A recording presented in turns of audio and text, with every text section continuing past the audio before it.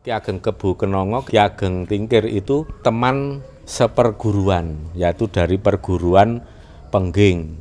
Mas Karebet Joko Tingkir dibesarkan, kemudian sampai olah kanuragan yang menggembleng beliau itu tidak lain guru paling utama, guru spiritualnya, Guru Joyo Kawijan dari Sultan Hadiwijaya itu adalah uwonya atau pakdenya yang bernama Ki Ageng Kebu Kanigoro. Beliau itu sangat sakti, dan sesuatu yang sangat spesifik dari Ki Ageng Kebu Kanigoro ini, beliau itu dalam masa hidupnya itu selalu menyamar dan tidak tinggal di satu tempat tapi berpindah-pindah, karena kan dianggap sebagai satru atau musuh dari kerajaan Demak.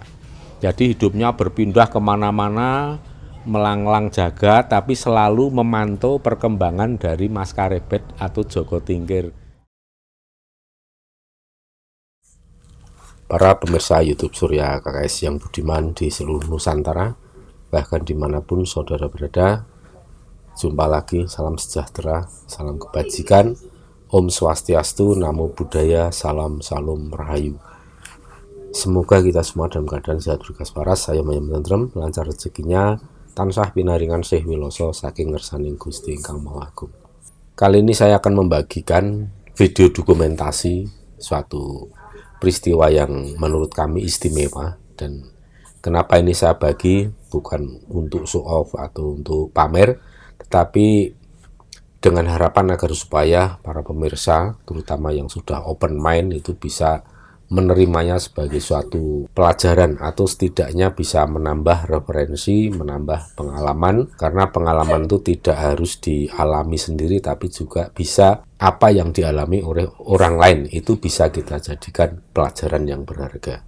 Beberapa waktu yang lalu kami mendapatkan perintah langsung dari Ki Ageng Kebu Kanigoro, yaitu trah dari Pajang. Ki Ageng Kebu Kanigoro ini nanti siapa akan kita jelaskan di dalam video. Tapi yang jelas beliau adalah salah satu leluhur besar yang merupakan pakdenya atau uwonya dari Joko Tingkir atau Sultan Hadiwijaya atau Mas Karebet, yang pernah dibuat sebuah lagu yang lagunya benar-benar tidak mencerminkan bahwa Joko Tingkir itu adalah seorang leluhur besar. Mungkin karena ketidaktahuan atau entah sengaja atau tidak dari pencipta lagu itu, tapi yang jelas sudah melakukan klarifikasi, dan saya himbau pada para penyanyi artis dimanapun di seluruh tanah air supaya tidak lagi menyanyikan lagu Joko Tingkir ngombe dawet, karena ini benar-benar menjadi bukan menghibur, tetapi lebih terasa ini sebagai suatu yang hina, meremehkan, mengecilkan leluhur yang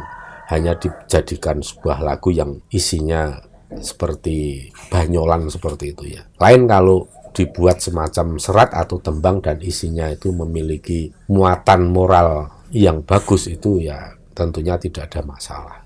Oke, kita kembali ke apa yang mau saya sampaikan. Beberapa waktu yang lalu beliau Ki Ageng Kebu Kanigoro memberikan perintah dan saya diperkenankan untuk mengajak anak-anak sebanyak mungkin dari seluruh Indonesia, dan setelah saya publikasi secara internal, ternyata puji syukur yang bisa hadir pada waktu itu cukup banyak, lebih dari 80 atau bahkan 90 orang, mungkin lebih, termasuk anak-anak. Saya menyadur apa yang beliau katakan, beliau sampaikan kepada kami bahwa siapapun yang nanti bisa hadir atau setidaknya nderek ulu bekti atau ikut sedekah untuk para abdi dalem dan perawatan makam di sana, itu akan diberikan sawab berkah pangestu, akan diberikan dilimpahkan daya kekuatan berupa kekuatan kabejan atau keberuntungan. Dan ini akan sangat berguna karena kita semua akan memasuki era zaman baru atau zaman anyar. Adanya tatanan-tatanan dunia, tatanan kehidupan ini yang baru. Dikatakan baru tentunya akan berbeda dengan yang selama ini sudah berlangsung, dan yang kalau saya lihat tidak hanya dalam kehidupan ekonomi, politik, tapi juga dalam tatanan kehidupan spiritual. Mungkin saja nanti akan banyak orang yang tercerahkan, akan banyak para kebu yang mulih menyangkandangi, orang yang kembali kepada kearifan lokal. Sepertinya itu nanti kecenderungan yang terjadi, apalagi saat ini kecenderungan itu memang sebenarnya sudah terjadi dan masih dalam, terutama itu masih terjadi secara silent society atau terjadi secara diam-diam, dan ini bukan individual, bukan personal, tetapi saya kalau melihat ya ini sudah terjadi, bahkan bisa dikatakan terjadi arus transformasi massal. Jadi ada perubahan-perubahan transformasi kesadaran yang sifatnya massal dan diam-diam terjadi pada para generasi penerus bangsa. Oleh sebab itu generasi status quo atau mungkin bisa dikatakan mayoritas yang sudah merasa mapan selama ini justru mengalami kekhawatiran atau semacam ancaman karena akan ditinggalkan oleh banyak para pengikut, dan apa yang dilakukan seringkali malah justru sesuatu tindakan yang sifatnya brutal, kasar, emosional. Nah, ini bukan menguntungkan, tetapi justru akan semakin cepat untuk ditinggalkan para pengikut. Kembali pada tema tentang dawuh Ki Ageng Kebo Kanigoro, kita semua mengenakan kostum berwarna kuning-kuning. Ini bukan identik dengan Golkar atau partai politik ya. Ini saya tegaskan bahwa warna kuning itu adalah warna kebesaran dari sejak masa Ki Ageng Pengging Sepuh atau Prabu Andayaningrat atau menantu dari Prabu Brawijaya V atau istri Dewi Asmoyawati atau Gusti Pembayun, putri dari Prabu Brawijaya V. Warna kuning itu hingga sampai pada masa kejayaan Kesultanan Hadiwijaya atau Kesultanan Pajang, yaitu Sultan Hadiwijaya. Oleh sebab itu, beliau Ki Ageng Kebo Kanigoro perintahkan kami semua yang ikut hadir untuk mengenakan kostum berwarna kuning. Ini kita tegaskan ya, para pemirsa, supaya tidak ada komen-komen yang sifatnya itu nyinyir, bahwa ini identik dengan parpol atau apalah, itu enggak. Inilah identik dengan kejayaan para leluhur terutama di Kerajaan Pajang pada waktu itu. Jadi tidak perlulah untuk menghina-hina warna ya. Karena itu hubungannya dengan para leluhur dan konsekuensinya juga Anda akan berhadapan dengan kekuatan leluhur jika memang ada sifat-sifat usil seperti itu. Nah, oke, langsung saja kita ikuti videonya dan simak baik-baik, karena nanti kami akan menjelaskan siapa-siapa beliau dan ada sejarah kelam, ada peristiwa yang memilukan, ada peristiwa yang membuat kita bangga juga. Nanti akan kita sampaikan dalam konten video berikut ini, termasuk dokumentasi pada saat kita melaksanakan Piswanan Agung ke Pasarean Ki Ageng Kebo Kenongo yang berada di Butuh atau Pasarean Butuh. Para pemirsa silahkan untuk menyimak baik-baik video berikut ini.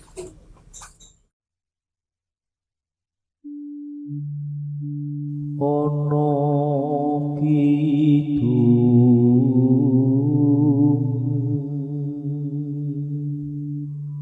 sunang idung wengi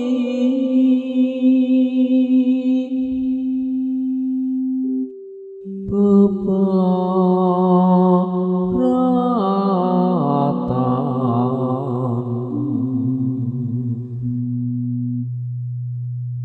doa mremi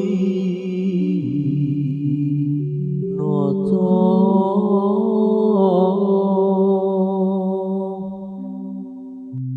sang yang guru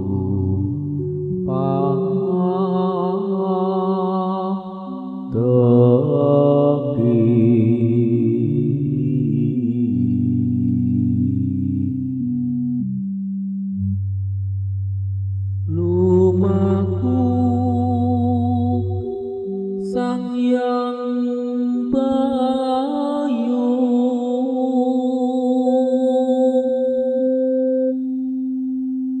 Allah beyan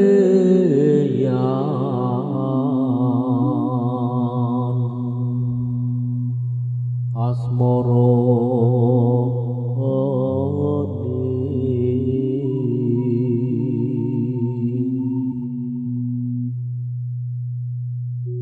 ngadeg pangawak tejo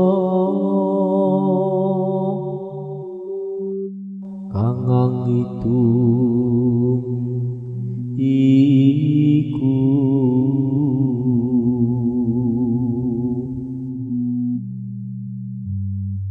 yen kinarya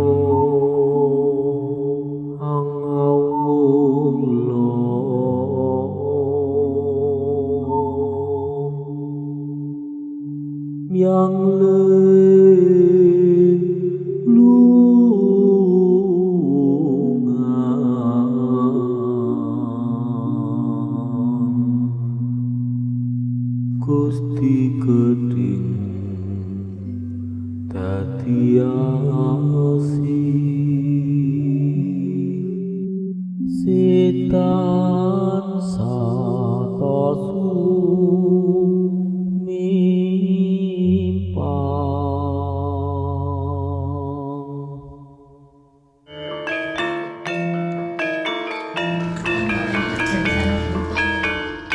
Angel, soalnya ora baris. Nggak bisa. Pokoknya 111.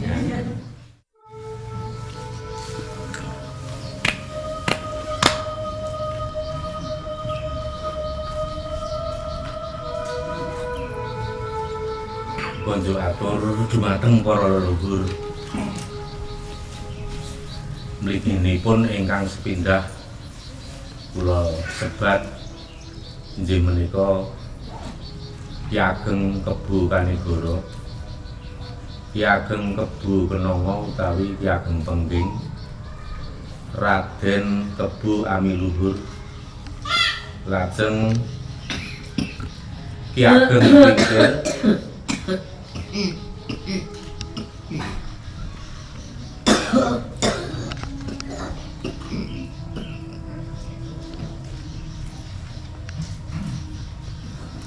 Ki Ageng Tingkir, Nyi Ageng Tingkir,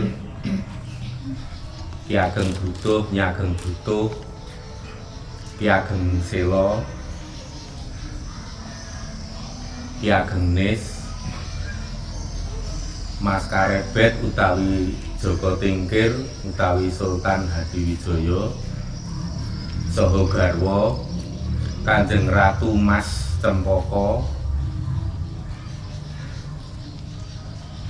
lan sedaya para nayaka praja Kasultanan Pajang ingkang nderek sumare wonten ing pasaran mriki, saha sedaya para leluhur agung ingkang ngrintis Kraton Pajang lan ugi para leluhur ingkang langkung sepuh duk rikala tasih jaman Kraton Pengging, inggih menika Ki Ageng Pengging Sepuh utawi Pangeran Andayaningrat, inggih menika garwa Dewi Asmayawati utawi Ratu Pembayun, inggih menika putra Prabu Brawijaya kang kaping gangsal. Kepareng marak sowan kula wonten ing sonten menika badhe ngaturaken sembah pangabekti kula lan ugi mundi dawuh saking Ki Ageng Kebo Kanigoro. Ingkang kaping kalih kula ngaturaken agunging panuwun dene para leluhur agung wonten ing tlatah Pajang ugi tlatah Pengging sampun paring sih wilasa dumateng kula sabrayat saengga kersa nyarirani piyambak badhe paring daya kekiyatan sifat kandel paring kabejan dumateng kula sabrayat mliginipun ingkang sonten menika saged marak sowan utawi sedaya sederek-sederek ingkang boten saged marak sowan lan ngaturaken ulu bekti dumateng para leluhur. Sedaya kula suwunaken sawah berkah pangestu dumateng para leluhur ingkang sumari wonten ing mriki menapa dene para leluhur ingkang nggayuh kamuksan. Pareng ngaturaken sembah sungkem kula ya.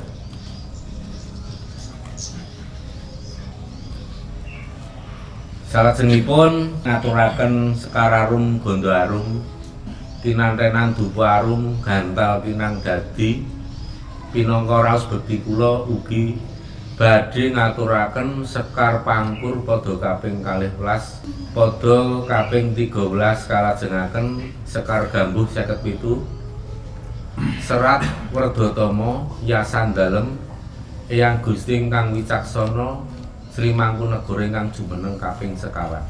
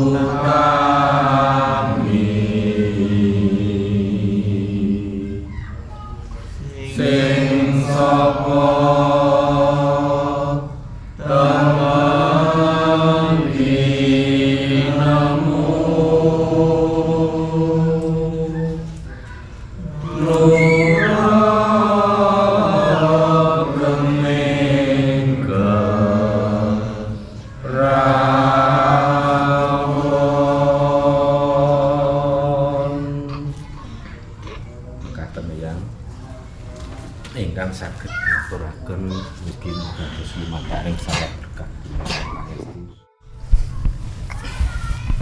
Dan dalam sewu selanjutnya ini sebelum masuk nanti saya jelaskan sedikit posisinya siapa saja supaya nanti lebih mantap saat sowan, jadi lebih tahu siapa yang disekar. Ini yang pertama ini nomor 1 dan 2. Ini di sini. Ini sebelah sini ada 2, nomor 1 dan 2 itu Ki Ageng Kebu Kenongo atau Ki Ageng Pengging. Terus kemudian yang sebelahnya itu Nyi Ageng Kebu Kenongo. Nah, kemudian yang ketiga ini di depan kita persis ini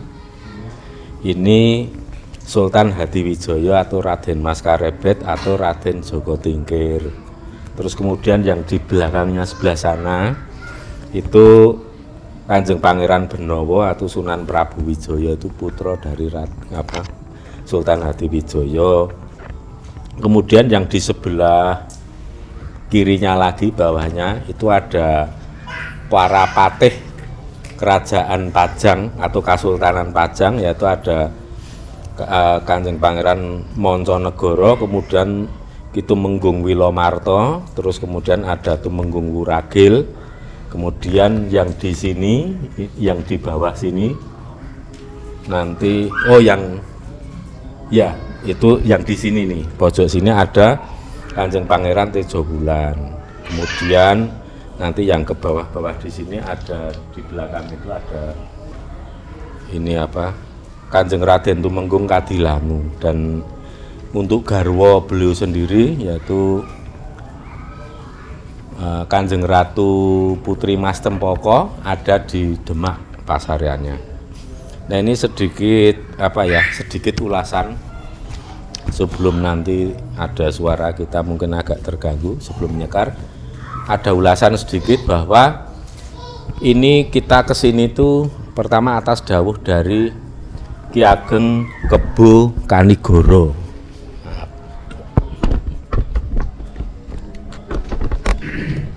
Dari Ki Ageng Kebu Kanigoro yang beliau dawuh untuk marak sowan, tetapi karena beliau itu kan moksa, jadi kita itu bingung juga kalau marak sowan kemana. Tapi atas petunjuk beliau dan atas nasihat beliau, dawuh beliau, cukup kita marak sowan dari sini.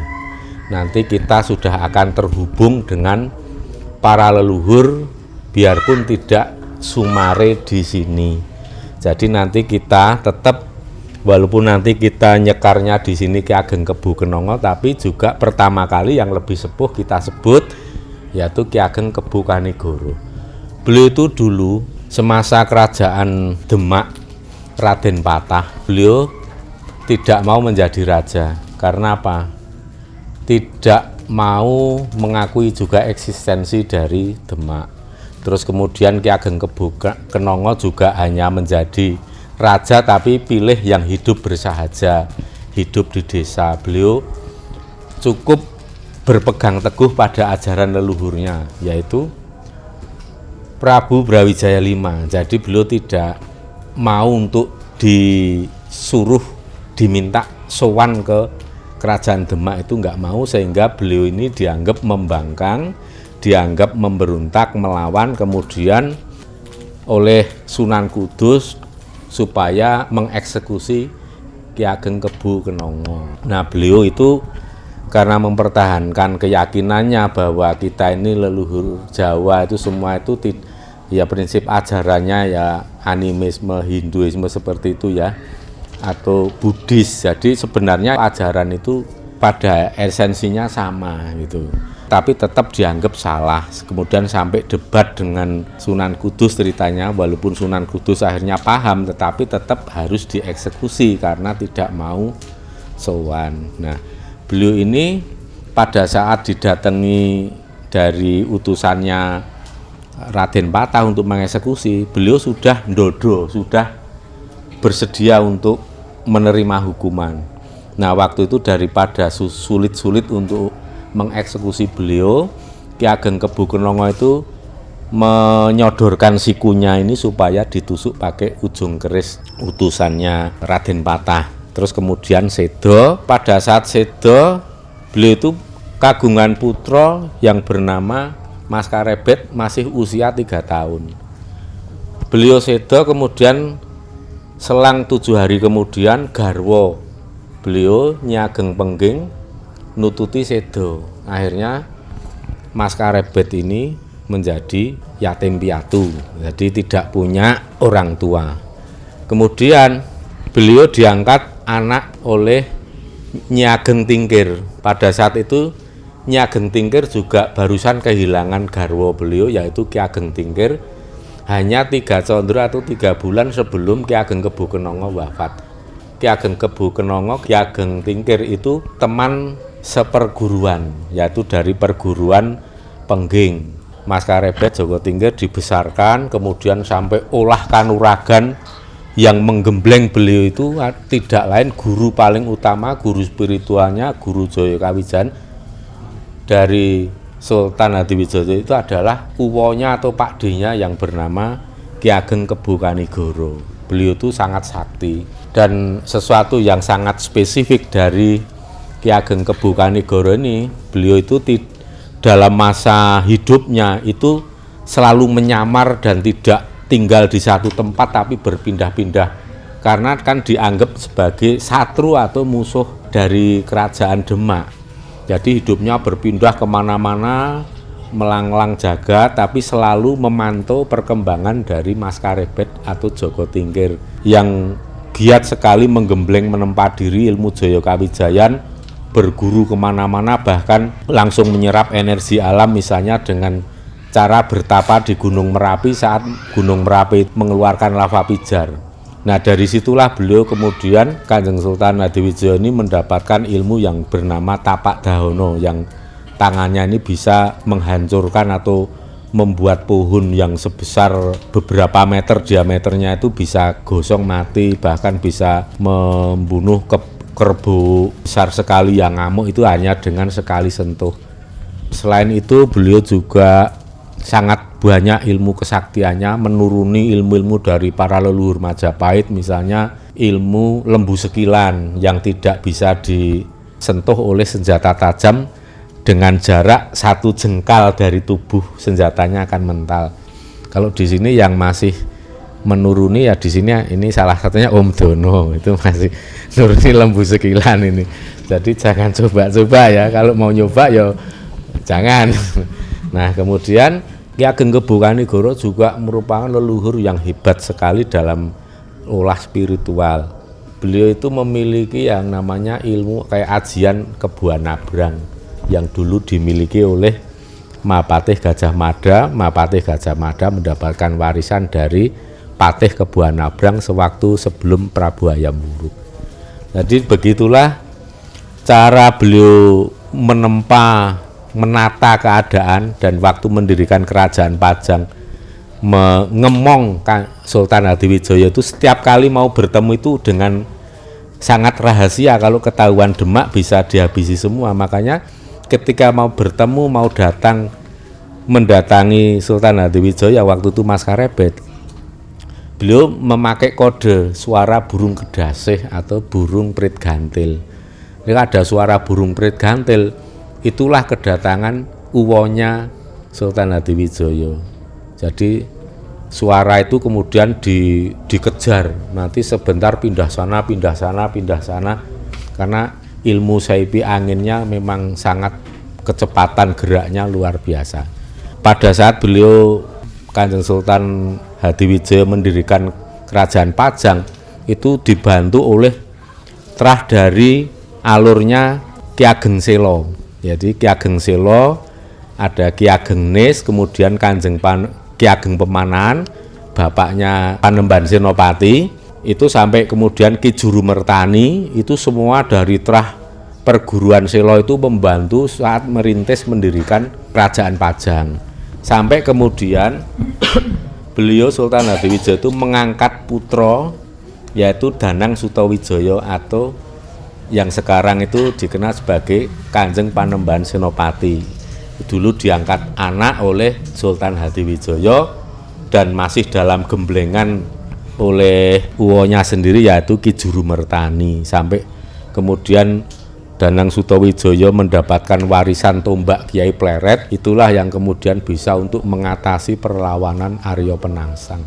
Yang tadinya Pajang ini hanya kadipaten, jadi waktu itu Adipati Hadiwijaya, kemudian menjadi Kasultanan Pajang yang lebih tinggi skopnya. Jadi ini menjadi Kerajaan Pajang. Nah, jadi seperti itu sekilas dari alur kisah leluhur. Kalau kita nggak kenalkan nanti di mana kita mau ngambil pelajaran, dan kita sowan ini kayaknya kurang menyatu kalau kita nggak memahami.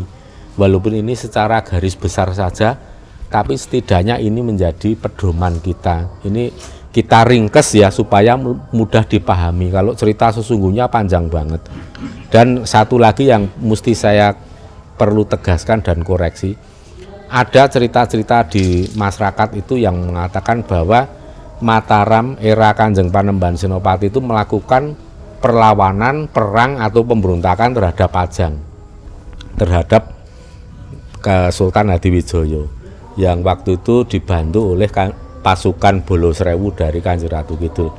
Sebenarnya itu keliru, bukan Panembahan Senopati melawan Sultan Hadiwijaya, tetapi Panembahan Senopati itu dimintai tolong oleh putra dari Sultan Hadiwijaya yang harusnya mendapatkan setelah Sultan Hadiwijaya sedo.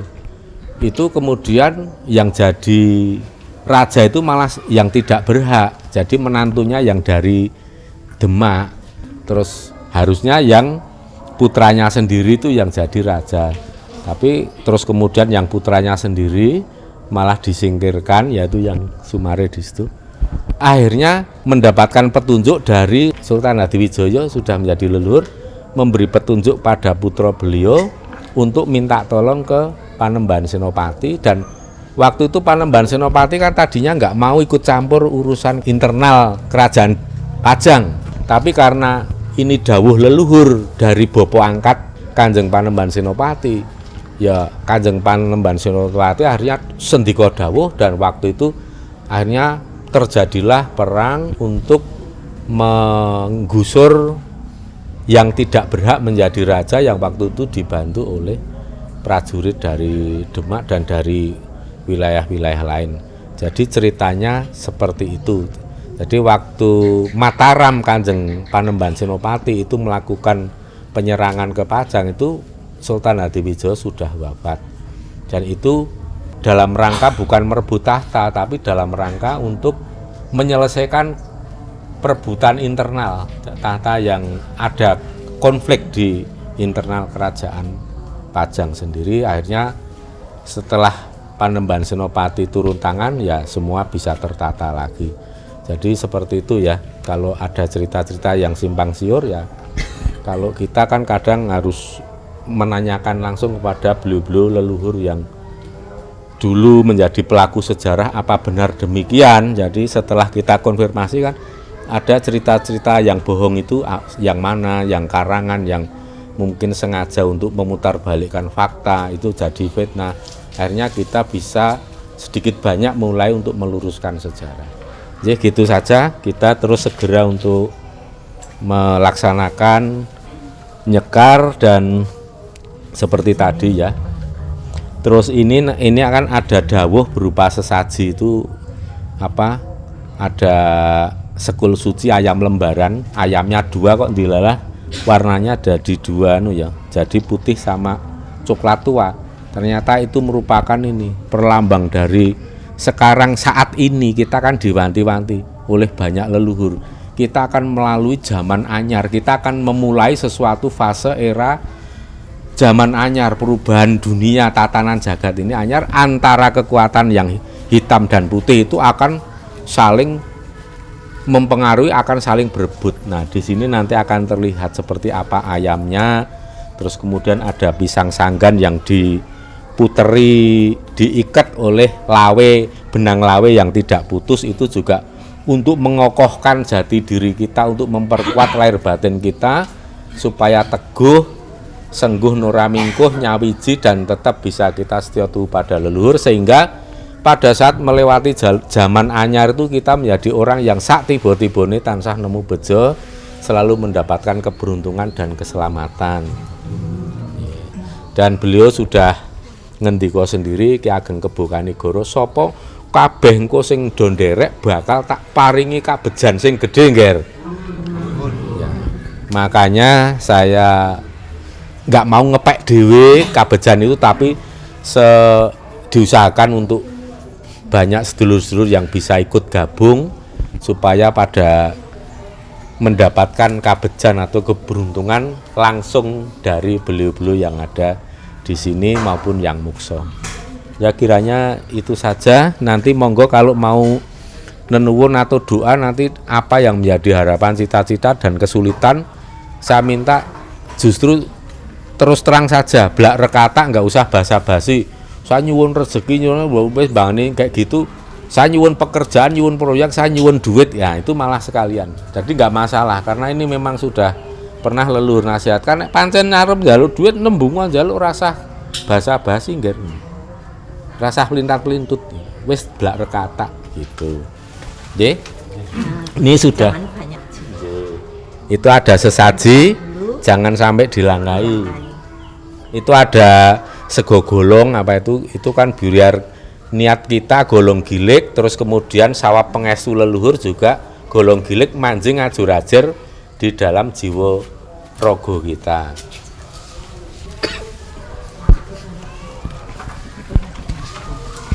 Monggo, nanti yang masuk berapa? 10-10. Jadi 10-10 ya.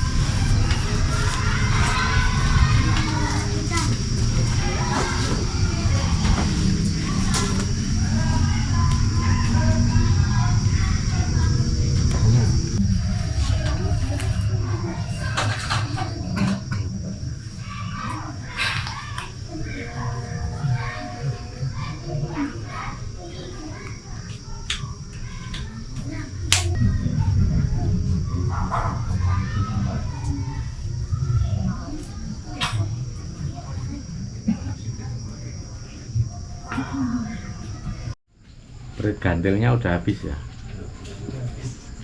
Ya itu tadi supaya kita lebih bahagia, lebih senang, surprise. Oh ternyata memang iya ya ada ya tadi di sebelah sana, pindah sebelah sana, ya muter terus sebelah sana, cepat sekali muter. Dan burung yang terdengar tadi cuma satu, nggak ada tumpuk undung, cuman mono, tapi pindah-pindah sana ke sana.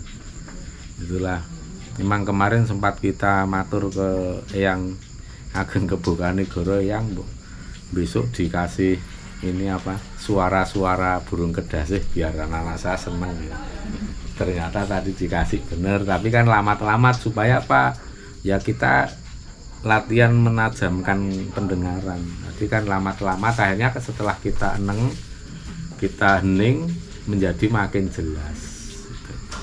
Walaupun ada suara mercon, suara angin, suara orang anak-anak pada bermain, tetap aja itu akan terdengar jelas sekali.